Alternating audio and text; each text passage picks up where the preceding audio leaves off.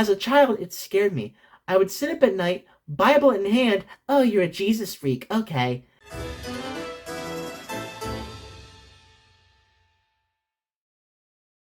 Hi, I'm He, Him, Barbie, and we're going to be reading some scary stories that we find on r/scary stories on Reddit. I found a couple, and I'll say they were kind of spooky, but nothing is nowhere near as spooky as me and my existence in this world. Please end me. This first story is called A Cry Behind a Closet Door. I can't speak. I was trying to say I cry in my closet a lot, but for other reasons. They say it's a rather short story, but they still think about her soft cry to this day. I wonder how soft that cry was. Let's read about it. I was invited over by some friends to play some board games one day. It was late at night, and it was raining pretty bad. We just finished a round of Cards Against Humanity. Hey, shout out to the best card game to ever exist. One of the friends starts talking about ghosts and her experiences with them. She then tells all of us that there was a girl that lived here before and that took her own life in the closet next to the bed. That's a fun fact to know. That's a really fun fact to know. Okay?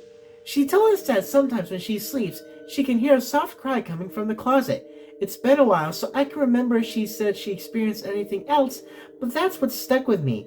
She said if you put your head on the door, close your eyes, and listen very carefully, you can hear her cry sometimes. Well, that's exactly what I did.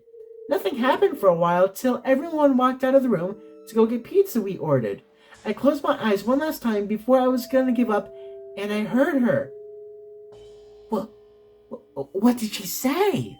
It was a whimper, like a very, very soft cry you would do if you're around people and want no one to hear. I immediately jumped and went to go tell everyone that they all were shocked.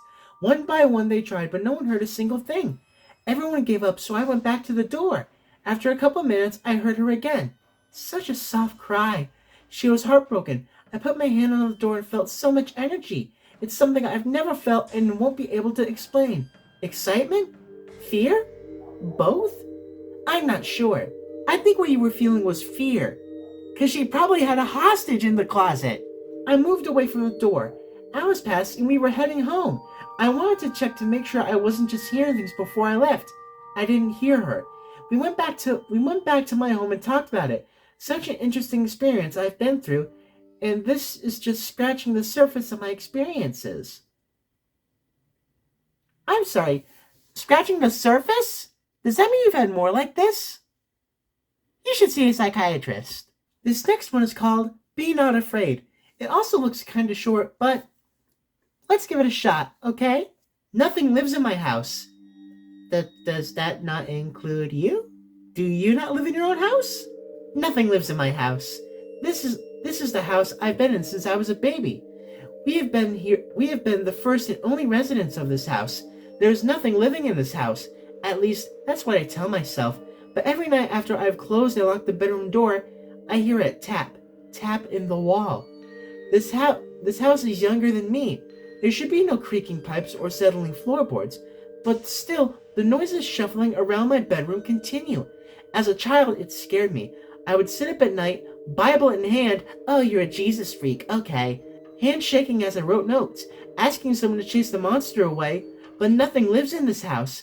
I'm in my 20s now. I don't believe in ghosts or stuff like that, but the noises still scare me. My parents are leaving for a week abroad. I'm sorry, you're 20 and you still live with your parents? That is the scary thing about this story. That's the only scary thing about this story. I didn't want to be alone, so I invited my friend and her son to stay over. The first night they were here, the tapping was louder, more frequent. In the morning, I asked her if she heard it as well. She looked so concerned as I waited for her answer. She didn't need to, really. Of course she didn't hear it. I silently left the kitchen, headed outside to water the plants, when her son Luke followed me out. I heard it, he muttered, holding onto my pant leg. Never had I felt so elated and fearful at the same time. Yeah, a child is holding onto your pant leg. Children are scary. That's the only reason to be scary. It wasn't just me. That night before I joined my friend and Luke upstairs, I grabbed my Bible for the first time in years, okay, Jesus freak, and I left the bedroom door unlocked. As I opened the Bible, flipping through the torn pages and unreadable scrawling of a fearful child asking for saving, I placed the book down on the nightstand and opened to the world. I think that means word. And opened to the word Mark 5:9, the only Bible verse on the page. Surrounded by the childish scrawl, something lives in here, and I hear it. Tap, tap. I wait, looking down at my friend's sleeping form, knowing now is the time. The door opens quietly. The click of the knob begin the only noise to break the silence.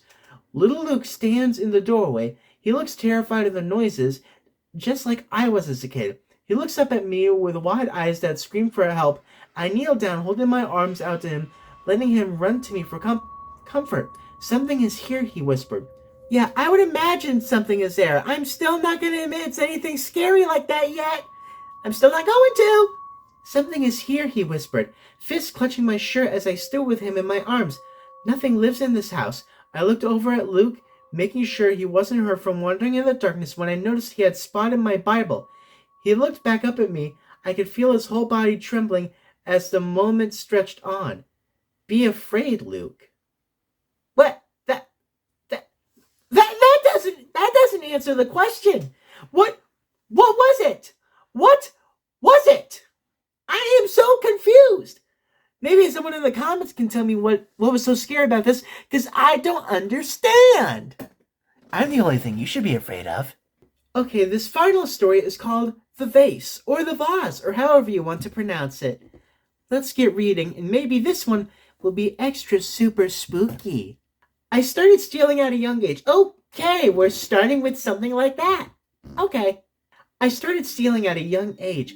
Started with small things like money out of my dad's wallet. At 15, I broke into my first house, and at 20, I broke into a museum. So when my partner in crime, Tony, asked me if I was down to rob some rich assholes, I agreed. Okay, that's one way to start it. So you're a robbing asshole? I'm already not sympathetic for you. We arrived at the huge 3-story mansion surrounded by at least 10 acres of beautiful land covered with flowers and yard decorations. I turned to Tony and said, "These rich fucks are asking to be robbed." As we're hopping the 6-foot gate, Tony just laughed at the same twisted laugh as usual. Yeah, they've clearly done this hundreds of times. Clearly. So again, I'm not sympathetic toward these assholes. We made our way up the driveway and around back to Jimmy a window open without being seen. Climbing through the window, I was left speechless. The house was way bigger on the inside. After filling sacks with weird decorations and silver cups, when Tony yells, "Hey Robbie, check this out." Why would he be yelling in the house when maybe people were there? I don't know. I ran over to see a basement door protected by a keypad. I said, "Shit, Tony, this is your specialty." But Tony was already on it. Once he broke through using something I can't understand, we went down the dark stairway, feeling for a light switch, when click. "Got it," Tony said. As the room lit up, we saw nothing but a vase on a pillar. When some reddish smoke substance started leaking out almost like dry ice. "What the fuck?" I say, looking at Tony, who has the same puzzled look. "I don't know, but it's probably worth a lot." Carefully walking to the vase, Tony picks it up and just freezes. "You okay, man?" I say. "Okay, so you go down to a basement and see a red vase with some reddish mist coming out of it. Sure, let's pick it up." When Tony turns around, I can see the red substance rushing up his nose, and turns and laughs that same diabolical laugh, but something is different. His eyes are just a blood red, and his stance is different, like almost a sway, but I don't know, just different. I tried to knock the vase out of his hands to stop whatever is happening, when he grabbed me by the throat, like I weighed no more than a feather, and slams me into the floor. I screamed as I felt my back almost shatter and started clawing at his arms and face, trying to get him to release his grip when he tosses me into a table. Yep, he is possessed. He is absolutely possessed. Struggling to get up, I grab a table leg and start swinging at him, but it doesn't seem to do anything but make him laugh as he snatches it from my hand and tries to slam it across my head. I quickly ducked and limped my way up the stairs as fast as humanly possible. Tony just laughing as he follows me when I see the same red smoke forming around my legs. Hurrying Hurrying, I make it to the top and slam the door behind me, knowing it wouldn't be able to stop him. Even if he didn't know how to break through security, his brute force alone would shatter most doors. So he's really the perfect person to be possessed, or that one would choose to be possessed. Making my way to the front door quickly, trying to unlock it, when more and more smoke fills up the room.